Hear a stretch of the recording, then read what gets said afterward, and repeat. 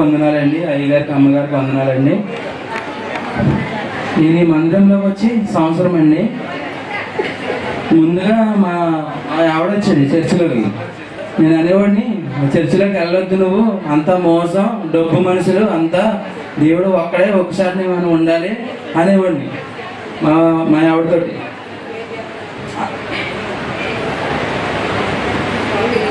అక్కడికి వెళ్ళొద్దు, వెళ్తే నువ్వు మీ ఇంటికి వెళ్ళిపో, నువ్వు అసలు మందిరంలోకి వెళ్ళొద్దు, నువ్వు వెళ్తే మీ ఇంటికి వెళ్ళిపో, మన ఇద్దరం ఉండొద్దు అని కూడా అనేవాడిని. డెప్లైట్ జరిగేది ఇక్కడ కొత్తండి మా ఇద్దరికి. జరిగినప్పుడు ఒక రోజు నేను ఇంటి దగ్గరే ఉన్నా. ఇంటి దగ్గరే ఉంటే బాగా నన్ను తీసుకెళ్ళి, నువ్వు రావద్దులే, నన్ను దింపేసి వచ్చి ఒక్కసారికి ఇంకా 2 వారాలన్నీ వెళ్ళిపోతే మానేస్తాను అని అన్నది. అంటే ఆ ఒక్కరోజు నేను వచ్చాను. సర్లేని ఇంకా కూర్చున్నా, 10 నిమిషాలు కూర్చుని వెళ్ళిపోవచ్చులే అనుకున్నాను. సాక్ష్యాలు వింటున్నాను, బాగానే ఉంది. ఆయన చెప్పిన వాక్యం వింటుంటే నిజంగా చాలా చాలా నాకు నా మనసుకు నిజంగా ఉన్నట్టుగా చెప్పారు ఆయన. అసలు గొప్ప గొప్ప వాక్యాన్ని అందిస్తున్నారు. అసలు ఆ వాక్యాన్ని వినగానే నేను ఏం చేశానంటే నా పేరుని అక్కడ నమోదు చేసుకున్నాను. నేను ఇప్పుడు చాలా నచ్చింది నాకు ఆయన మాట. సరే ఇంకా అలా వస్తా ఉన్నాం. ఇంక ఈ మందిరంలోకి వచ్చిన తర్వాత చాలా కార్యాలు చూసాం.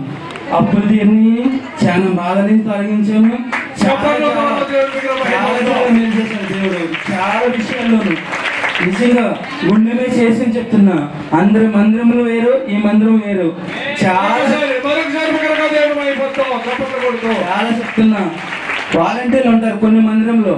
కొన్ని మందిరం ఎలా చేస్తారంటే అయ్యగారు ఆ పేర్లు రాస్తుంటారు, అది చెప్పిన ద్వారాగా అయ్యగారు చెప్తారు వచ్చి. కానీ ఇక్కడ అలా కాదు, అయ్యగారు చెప్తారు. అసలు ప్రతి చోటన అయ్యగారు చెప్తారు. అంత గొప్ప కార్యాలు ఇక్కడ జరుగుతున్నాయి. నేను నిజంగా చెప్తున్నాను, నేను నమ్మేవాడిని కాదు, ఇక్కడ సత్యం ఉందని నేను నమ్ముతున్నా.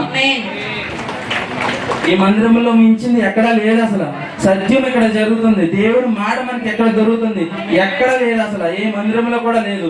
దేవుని యొక్క మాట మనకి ఇక్కడ దొరుకుతుంది. అది మనం వింటున్నాం. మనం చాలా అదృష్టవంతులం. ఇంకా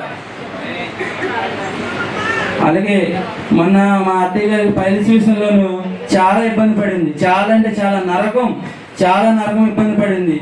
అప్పుడు అత్త నువ్వు ఏం చేస్తావంటే తైలం వాటర్ వేసుకుని తాగు, నువ్వు అనుక్షణం నువ్వు తైలం రాసుకో, ప్రార్థన చేసుకో అని చెప్పగానే హాస్పిటల్ పని వెళ్ళకోకుండా ఈరోజు అది కంప్లీట్ గా మారిపోయింది.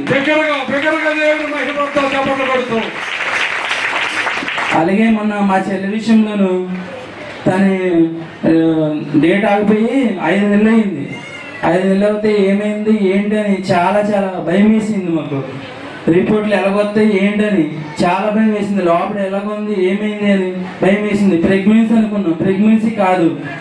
ఏమైందని తండ్రి అని ఆ రోజుని స్థలదానం చేసి ఉదయం నా రూమ్లో ప్రార్థన చేసుకుని, తండ్రి నువ్వు రిపోర్ట్లన్నీ ఏ ప్రాబ్లం, చిన్న ప్రాబ్లం కూడా లేకోకుండా వస్తే నీ ఎగువ రజాల అగ్నిజాల మందిరంలో సాక్ష్యం చెప్పుకుంటాను తండ్రి అనగానే ప్రతి రిపోర్ట్ కూడా అసలు ఎలాంటి ప్రాబ్లం, బెడ్లో కానీ లోపల కడుపులో కానీ గర్భసంచిలో కానీ అసలు ఎలాంటి ప్రాబ్లం లేకోకుండా దేవుడు నయం చేశాడు.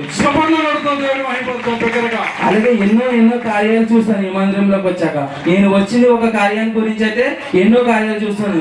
కానీ ఆ కార్యం కూడా దేవుడు చేస్తాడు. దేవుడు మాట ఇచ్చాడు. ఆ కార్యం కూడా ఎలాంటి సాక్ష్యం చెప్పాలని కోరుకుంటున్నాను. దేవుడి చిన్న సాక్ష్యం దేవుడు దీవించింది. మళ్ళీ మా బామ్మర్ది విషయంలో ఇంకోటి ఏంటంటే వెళ్ళిపోయి తన 5వ సంవత్సరం అప్పుడు వెళ్ళిపోయాడు. 5వ సంవత్సరం ఎప్పుడు వెళ్ళిపోయిన తర్వాత 13 సంవత్సరాలు తిరిగి వచ్చాడు. రావాలని కోరుకున్నాడు. అలా ఎన్నో కార్యాలు చూసాం. దేవుడు గొప్ప దేవుడు అండి. ఇక్కడ నిజంగా దేవుడు మన మాట జరుగుతుంది. ప్రతి మన హృదయంలో దేవుని ఎడల చాలా కృప కలిగి ఉండాలి. ఈ మందిరంలో బయట తిరగొద్దు, ఈ విసర తిరగొద్దు. చాలా చాలా చాలా భయభద్రత కలిగి ఉండాలి. చిన్న సాక్షిని దేవుడు దీవించిన కాక.